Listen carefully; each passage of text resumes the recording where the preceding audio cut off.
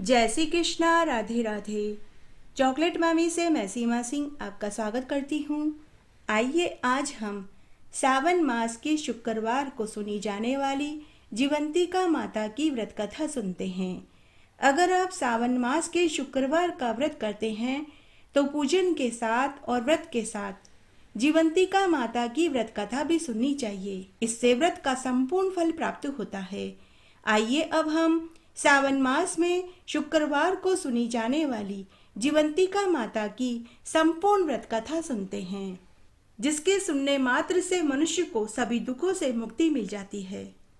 जय हो जीवंतिका माता की जय। प्राचीन काल में पांड्या वंश में सुशील नाम का एक राजा था, किंतु वह संतानहीन था। उसकी रानी का नाम सुकेशी था, जो संतान न होने के कारण हमेशा चिंतित रहती थी। हर महीने वह अपने पेट पर वस्त्र बांधकर गर्भिणी होने का नाटक करती थी। जब उसे अन्य किसी स्त्री के गर्भवती होने के समय का ज्ञात होता तो वह निरंतर उस गर्भिणी स्त्री से पुत्र को मांगने की प्रार्थना करती, लेकिन कोई भी गर्भवती स्त्री अपने पुत्र को रानी सुकेती को देने के लिए तैयार नहीं होती थी। इस तरह अनेक बरस बीत गए। तब एक बार रानी को पता चला कि उनके राजपुरोहित की स्त्री गर्भवती है। तब रानी के महल में दाई का काम करने वाली महिला को रानी ने धन का लालच देकर पुरोहित के नवजात शिशु को लाकर देने के लिए सहमत कर लिया। दाई को धन का लालच आ गया। इधर रानी गर्भिणी होने का नाटक करने लगी। जब राजा ने रानी को गर्भवती जाना तो उसके 8वें महीने में पुंसवन व सीमंत संस्कार बड़ी ही प्रसन्नता पूर्वक किए। पुरोहित की स्त्री के गर्भ का समय ज्ञात करके रानी ने भी उसी तरह से गर्भावस्था की पीड़ा का अनुकरण करने लगी। राजपुरोहित की स्त्री का यह पहला गर्भ था, इसलिए उसे ज्यादा जानकारी नहीं थी। जब राजपुरोहित की स्त्री को प्रसव पीड़ा हुई तो महल की दाई उनके घर गई। महल की दाई ने राजपुरोहित की स्त्री के साथ छल किया। उसने प्रसव के समय पुरोहित की स्त्री के नेत्र बंद कर दिए और नवजात शिशु को चुपचाप रानी के पास एक दासी के साथ महल में भिजवा दिया। यह रहस्य किसी को भी पता नहीं चला।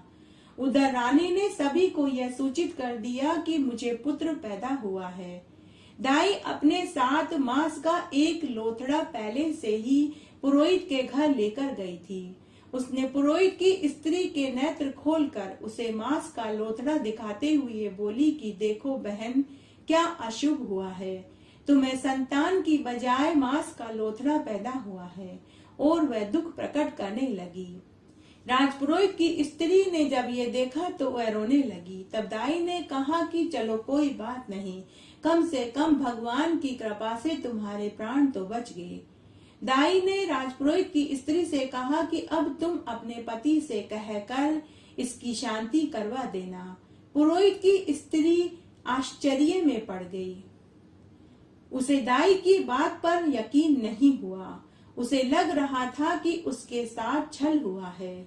उसके बाद भगवान महादेव ने सनत कुमार से कहा कि पुत्र जन्म का समाचार जानकर राजा ने बालक का जातकर्म संस्कार करवाया और ब्राह्मणों को हाथी, घोड़े, ऊंट, वस्त्र आदि खूब सारी चीजें दान में दी।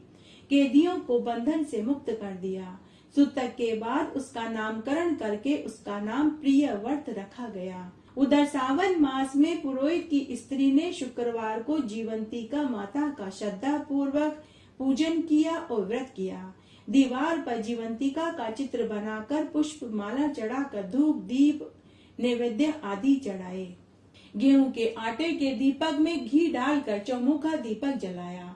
गेहूं के आटे के दीपक को घी में तलकर उसी का भोजन किया और व्रत का पालना किया। और साथ ही उसने अक्षत दूर दूर तक फेंक कर प्रार्थना करी कि हे जीवंतिका माता, मेरा बालक जहाँ कहीं भी हो आप उसकी रक्षा करना।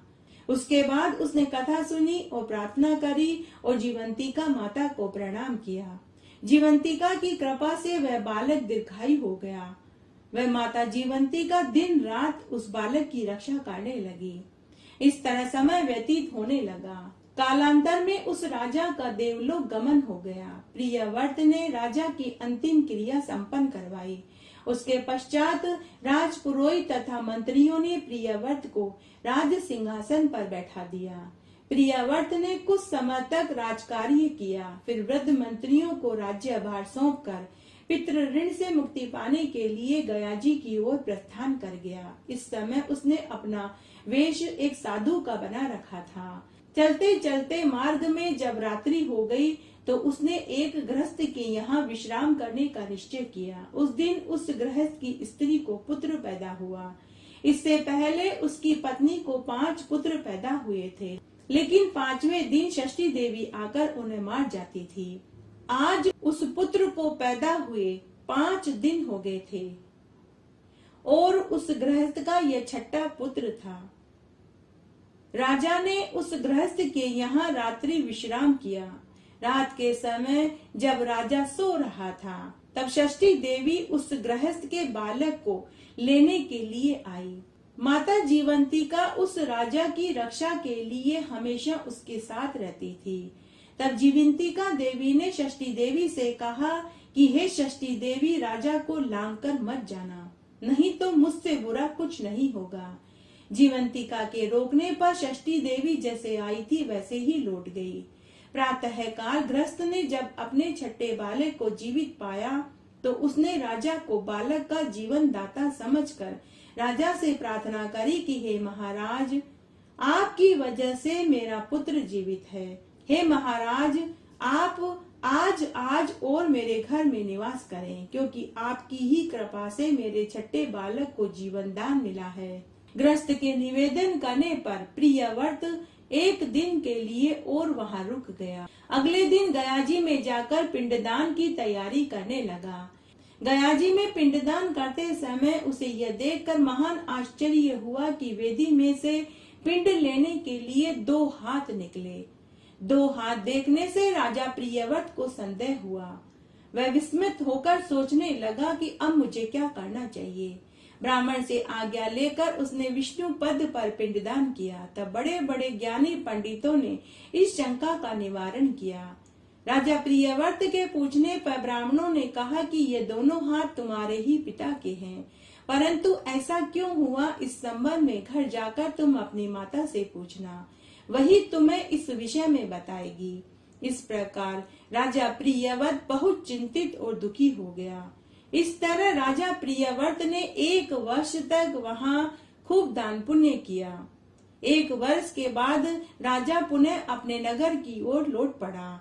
चलते चलते राजा उसी गृहस्थ के घर रात्रि में विश्राम करने के लिए रुक गया।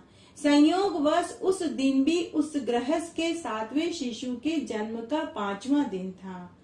उस स्त्री ने बालक को जन्म दिया था। अर्धरात्रि के समय षष्ठी देवी पुनः उस बालक को लेने आई तो जीवंतिका देवी ने उसे पुनः रोक दिया।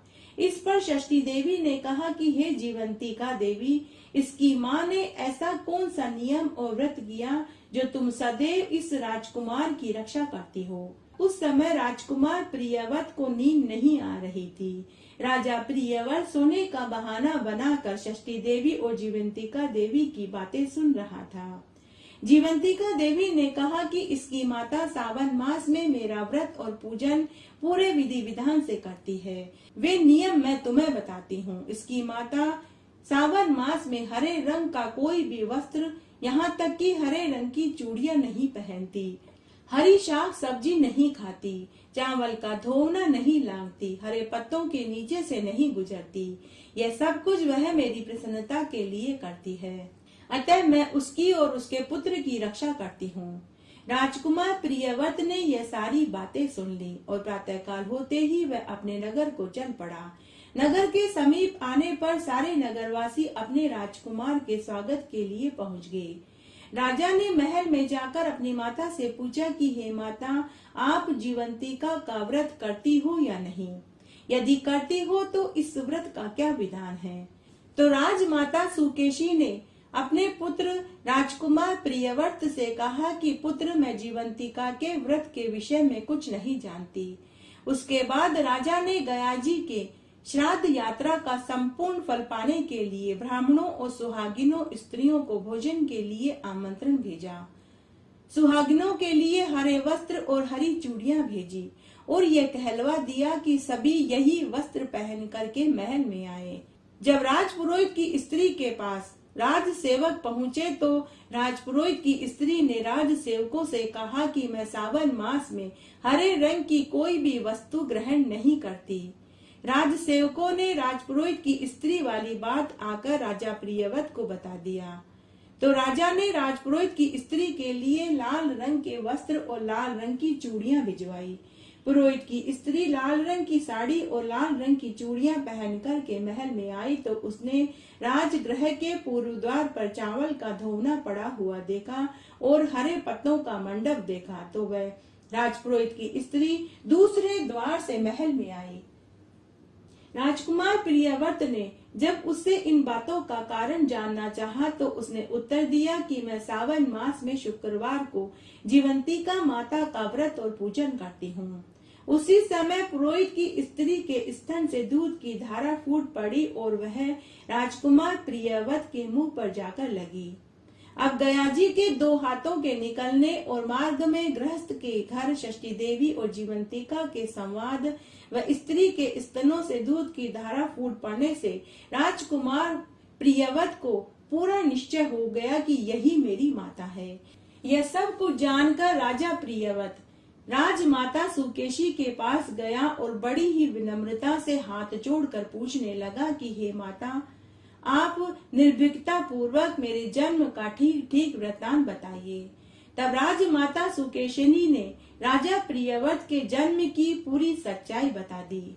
सच्चाई जानने के बाद राजकुमार प्रियव्रत अपने जन्म के माता पिता को महल में लेकर के आया और उन्हें पूर्ण सम्मान दिया और उन्हें धन संपन्न से युक्त कर दिया।